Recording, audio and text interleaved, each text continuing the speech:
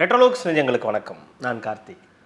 தொடர்ந்து பேசிகிட்டு இருக்கோம். அதோட தொடர்ச்சியாக இந்த ஆட்சியில் வந்து பார்த்திங்கன்னா விலைவாசி உயர்வு எப்படி இருந்துச்சு, கடந்த ஆட்சியை விட ரொம்ப கம்மியாக இருந்துச்சா, நடுத்தர மக்கள் வந்து பயன்படக்கூடிய அளவுக்கு இல்லை பயன்படுத்தக்கூடிய அளவுக்கு இருந்துச்சா, இல்லை நடுத்தர மக்களும் ஏழை மக்களும் கஷ்டப்படக்கூடிய அளவுக்கு இருந்துச்சா அப்படின்னு பல கேள்விகள் எல்லாருக்குள்ளே இருந்துச்சு. பல பேர் அனுபவித்தவங்களுக்கு நிறைய பேர் தெரியும், இன்க்ளூடிங் மீ. நிறைய பேருக்கு வந்து பார்த்திங்கன்னா என்ன நடந்தது அப்படின்றதெல்லாம் தெரியும். ஸோ ஒரு சாமானியனா ஒரு நடுத்தர வர்க்கம் இல்லை நடுத்தர வர்க்கத்துக்கு கீழே இருக்கக்கூடிய நிறைய பேர் வந்து இருப்பாங்க. பட்ஜெட்டில் குடும்பத்தை நடத்தக்கூடியவங்க நிறைய பேர் இருப்பாங்க. மாத சம்பளத்தை கணக்க வச்சு நடத்தக்கூடிய மக்கள் நம்ம ஊரில் வந்து ரொம்ப அதிகம். பரம ஏழைக்கு அந்த பிரச்சனை இல்லை, அதீத பணக்காரனுக்கும் அந்த பிரச்சனை. ஆனால் நடுவில் சிக்கியிருக்கோம்ல நம்மெல்லாம் எந்த மாதிரினா, இந்த அரசு கொடுக்கக்கூடிய வாக்குறுதிகள், இந்த வாக்குறுதியை பேஸ் பண்ணி வாழக்கூடிய நாமெல்லாம் வந்து பார்த்திங்கன்னா அதை நம்பி இருக்கக்கூடியவங்க. அதுக்கு உதாரணமாக சொல்லணுன்னா, 2021 இவங்க ஆட்சிக்கு வரத்துக்கு முன்னாடி உங்கள்கிட்ட நகையெல்லாம் இருந்தால் கொண்டு போய் வச்சுருங்க, நம்ம ஆட்சிக்கு வந்தோன்னா அதை திருப்பி எடுத்துடலாம், நகைக்கடன் தள்ளுபடி அப்படின்னு சொன்னாங்க. அதை நம்பி நிறைய பேர் போய் நகையெல்லாம் வச்சு கடன் வாங்கினோம். அதுக்கப்புறம் இல்லை பர்டிகுலராக கூட்டுறவில் வாங்கினவங்களுக்கு தான், இல்லை இந்த பேங்க்கில் வாங்கினவங்களுக்கு தான் அப்படின்னாங்க.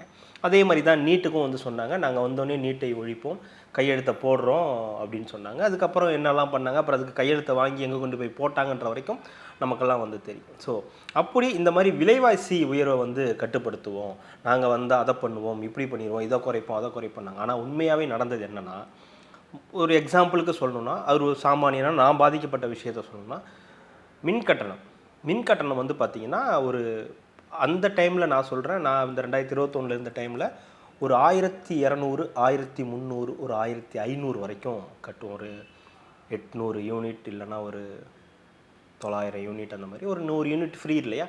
ஸோ அதோட மைனஸ் பண்ணி பார்க்கும்போது அந்த ஒரு 1300, 1400, அந்த 1500க்குள்ளார வந்து கட்டிக்கிட்டு இருந்தோம். இப்போது அதே 800 யூனிட்டுக்கு கிட்டத்தட்ட 5000 ரூபா கட்டுறோம். எங்கேருந்து எங்கே இருக்குது பாருங்கள், 1500 எங்கே இருக்குது, 5000 எங்கே இருக்குதுன்னு பாருங்கள். ஸோ கிட்டத்தட்ட 3500 ரூபாய் நம்ம வந்து எக்ஸ்ட்ரா கட்டுறோம். அதை விட கொடுமை, ஒரு மாதத்திற்கு ஒரு முறை வந்து மின் கணக்கீட்டு வந்து பண்ணப்படும்னு வந்து வாக்குறுதிலாம் கொடுத்தாங்க. அந்த வாக்குறுதி நம்பர் கூட ஞாபகம் இருக்குது, 221 வாக்குறுதி. சமீபத்தில் விஜய் அவர்கள் சொன்னது, அப்புறம் நம்ம வந்து எடுத்து பார்த்தது அப்படின்னு கணக்கு பண்ணும்போது 221வது வாக்குறுதியாக மின் கணக்கீட்டு அளவு முறையை வந்து நாங்கள் வந்து பண்ணிவிடுவோம், மாதத்திற்கு ஒரு முறையாக மாற்றிடுவோம் நாங்கள். அப்புறம் அவரை கொண்டு போய் ஜெயிலில் வச்சாங்க, அப்புறம் அவருக்கு தியாகி பட்டம் கொடுத்தாங்க.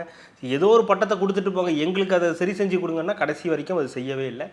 மீண்டும் ஆட்சிக்கு வந்து நாங்கள் அதை பண்ணிவிடுவோம், 8000 ரூபா. இப்போ நீங்கள் ஒன்றும் இல்லை, 8000 ரூபா கூப்பனை கொடுத்தீங்கன்னா உங்களுக்கு எல்லாம் சரியாயிடும். 8000 ரூபா கூப்பனை வாங்கிட்டீங்கன்னா, கூப்பன் வாங்கினதுக்கப்புறம் அது எல்லாமே உங்களுக்கு சரியாக போயிடும், ஒரு பிரச்சனையும் உங்களுக்கு வந்து இருக்காது அப்படின்ற அளவுக்கு வந்து இது வந்து இருக்குன்றது தான் உண்மையான விஷயம்.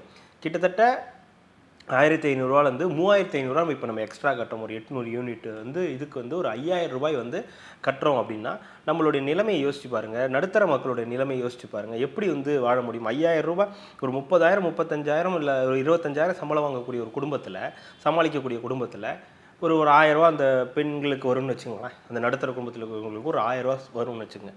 26,000 ரூபா நீங்கள் கொடுக்குற 1000 ரூபாயும் சேர்த்தே சொல்கிறேன். 26,000 ரூபாய் வச்சுக்கிட்டு 5000 ரூபா அவன் எப்படி வந்து கட்ட முடியும்? எப்படி அவன் வந்து இந்த இதை கட்டிட்டு அவன் எப்படி வந்து அடுத்த செலவுகளை எப்படி பார்ப்பான் அப்படின்னு பல கேள்விகள் வந்து இருக்குது. அது மட்டும் கிடையாது, சொத்து வரி வந்து உயர்ந்திருக்கு அப்படின்றது எல்லாருக்கும் தெரியும். இப்போ சொத்து வச்சுருக்கிறவங்களுக்குலாம் வந்து பெரிய இடியாக வந்ததே வந்து சொத்து வரி தான். சொத்து வரியில் எக்கச்சக்கமாக 150% மேலே வந்து ஏறி இருக்குது. ஸோ வெறும் சொத்து வரி தானா, எல்லாமே பத்திரப்பதிவுத்துறையில் அதான் சொத்து வரியில் உங்களுக்கு வந்து ஏறி இருக்குது. முக்கியமாக சொல்லணுன்னா, பெட்ரோலுக்கு 5 ரூபாய், டீசலுக்கு 4 ரூபாய் குறைப்பட்டாங்க. அதில் பெட்ரோலுக்கு மட்டும் 5 ரூபா குறைச்சாங்கன்னு நினைக்கிறேன், ஞாபகம் இருக்குது. டீசலுக்கு குறைக்கவே இல்லை. அதே மாதிரி சிலிண்டருக்கு 100 ரூபாய் மானியம்னு சொன்னாங்க, அது கடைசி வரைக்கும் நடக்கவே இல்லை. இப்படி எல்லாமே வந்து பார்த்திங்கன்னா நம்ம தலையில் தான் வந்து விடிஞ்சது. இவங்க சொன்ன பல வாக்குறுதிகளை வந்து நிறைவேற்றவே இல்லை. நகைக்கடன் தள்ளுபடியாக இருக்கட்டும், கல்விக்கடன் தள்ளுபடியாக இருக்கட்டும், நீட்டு ரகசியம் சொல்கிறதா இருக்கட்டும் அப்படின்னு சொல்லி, இதே மாதிரி இந்த மின் கணக்கீட்டு முறை சொல்கிறதா இருக்கட்டும், அதே மாதிரி விலைவாசி வந்து கட்டுக்கடங்கவே இல்லை. அது பாட்டுக்கு என்ன வருதோ அது பாட்டுக்கு உயர்ந்துக்கிட்டே இருக்குது. தக்காளி விலை கம்மியாயிடுச்சு அப்படின்றது மாதிரி கிடையாது. இது வேறு ஒரு வீழ்ச்சி, வேறு ஒரு பிரச்சனை. விலைவாசி உயர்வுன்றது நீங்கள் இப்போ ஒரு 5 வருஷத்துக்கு முன்னாடி 25,000 சம்பாதிச்சவனுக்கும் இப்போ 25,000 சம்பாதிக்கிறவனுக்கும் பெரிய வித்தியாசம் இருக்காது. அவனோட வருமானத்தில் என்ன பெரிய இம்ப்ரூவ்மெண்ட் வந்திருக்க போகுது? என்ன 50,000 சம்பாதிச்சதுக்கப்புறம் மிஞ்சி போனால் ஒரு 10,000 எக்ஸ்ட்ரா ஆயிருக்கலாம், 35,000 எக்ஸ்ட்ரா ஆயிருக்கலாம். எல்லா கம்பெனிலும் ஹைக்கெல்லாம் பயங்கரமாலாம் போட மாட்டாங்க. ஸோ அதுக்கேற்ற மாதிரி தான். அப்போது அன்னைக்கு இருந்த அந்த 25,000 அவனுக்கு ஒரு 1,500 ஒரு பெரிய பிரச்சனை கிடையாது அந்த இதில் கட்டுறதில்ல. ஆனால் இன்றைக்கி 25,000 5,000 நான் கொண்டு போய் வந்து இபிக்கு கட்டணும் அப்படின்னா மீதி 20,000 வச்சு உங்களோட 1,000 சேர்த்துக்க 21,000 வச்சு என்ன பண்ணுறது? எப்படி குடும்பம் நடத்துறது? இதில் வாடகை வீட்டில் இருப்பாங்க, வாடகை கொடுக்கணும், குழந்தைகள் இருப்பாங்க, மருத்துவ செலவு இருக்கும், இப்படின்னு ஏகப்பட்ட பிரச்சனைகள் தொடர்ந்து இந்த இதில் வந்து நடந்திருக்கு. சொன்ன வாக்குறுதிகளையும் காப்பாற்றலை.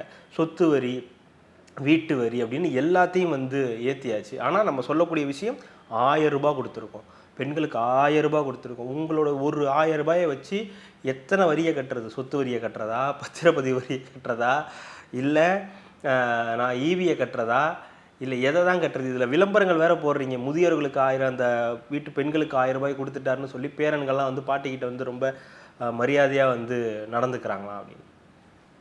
விளம்பரங்கள் நல்லா தான் பண்ணுறீங்க, உங்களை அடிச்சிக்கவே முடியாது, விளம்பரம் பண்ணுறதுல உங்களை அடிச்சிக்கவே முடியாது. ஆனால் ரியாலிட்டியில் பாருங்கள் எவ்வளோ பிரச்சனைகள் இருக்குதுன்னு. இந்த வரியெல்லாம் இந்த உங்கள் கொடுக்கக்கூடிய 1,000 ரூபாயில் சரியாயிடுமா? இல்லை இப்போ 2,000 ரூபா கொடுக்க போகிறேன்றீங்களே, மீண்டும் வந்தால் அந்த 2,000 ரூபாயில் சரி செய்யக்கூடிய ஒரு விஷயமா இதெல்லாம்?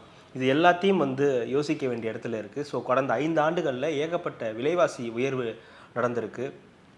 பெட்ரோல்களின் விலை உயர்ந்திருக்கு. அதுக்கு சென்ட்ரல் தான் காரணம்னு வச்சுங்களேன். அவங்க இன்னும் ஏற்றவே இல்லை, அப்படியே மெயின்டைன் பண்ணிகிட்டு இருக்காங்க. அதே 100 ரூபாயில் அவங்க மெயின்டைன் பண்ணிக்கிட்டே இருக்காங்க. ஆனால் நீங்கள் சொன்ன வாக்குறுதி, டீசலுக்கு 4 ரூபாயை குறைச்சிங்களா?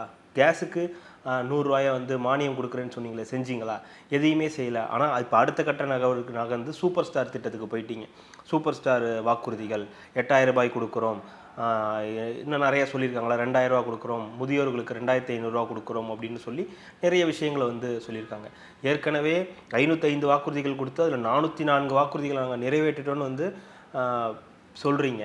ஆனால் நிறைவேற்ற வேண்டிய மிக முக்கியமான எவ்வளோ வாக்குறுதிகளை நீங்கள் நிறைவேற்றவே இல்லை. அதை விட முக்கியமானது வரிகளை வந்து இன்க்ரீஸ் பண்ணிகிட்டே போயிருக்கீங்க. இவ்வளவு சொத்து வரி இதெல்லாம் வந்து பார்த்திங்கன்னா யாராலையுமே வந்து ஒரு வீடு வாங்கணும் அப்படின்னா கூட அவனால் முடியாது. இன்றைக்கெல்லாம் ஒரு எம்சாண்ட் வாங்கணும் அப்படின்னா ஒரு யூனிட் 2,500 ரூபா.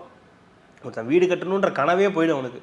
வீடே வேணாம், நம்ம தெருவிலே போய் படுத்து தூங்கிடலான்ற அளவுக்கு வந்து அவனுடைய நிலை வந்து மாறி இருக்கு. ஒரு எம்சாண்ட் ஒரு யூனிட்டோட விலை 2,500 ரூபாய்க்கு மேலே விற்கிதுன்னா எப்படி அவனால் அதை வாங்கி அதை ஒரு வீடு கட்ட முடியுன்ற எண்ணம் வரும் உனக்கு? முதல்ல வீடு வாங்கி இப்போது வீடு வாங்கணும், இல்லை இடம் வாங்கணும், இடம் வச்சுருக்கவங்க வீடு கட்டணும் அப்படின்னா எவ்வளவு சிக்கல்களை சந்திக்க வேண்டியது. அப்படி கட்டினானா சொத்து வரி, அதில் பத்திரப்பதிவுத்துறை, அதில் நடக்கக்கூடிய பஞ்சாயத்து அப்படின்னு ஒரு உலகமே வந்து கிட்டத்தட்ட வந்து இருண்டு போயிருக்கிற அளவுக்கு வந்து இருந்திருக்கு. ஸோ இது கடந்த ஆட்சிகள்லேயும் இருந்திருக்கு. ஆனால் இந்த ஆட்சியில் அது ஒரு மெகா ஊழலாக வந்து போயிருக்குன்றது தான் நம்மளுடைய குமுறல்களாக இருக்குது. தொடர்ந்து பேசலாம். மிக்க மகிழ்ச்சி. நன்றி.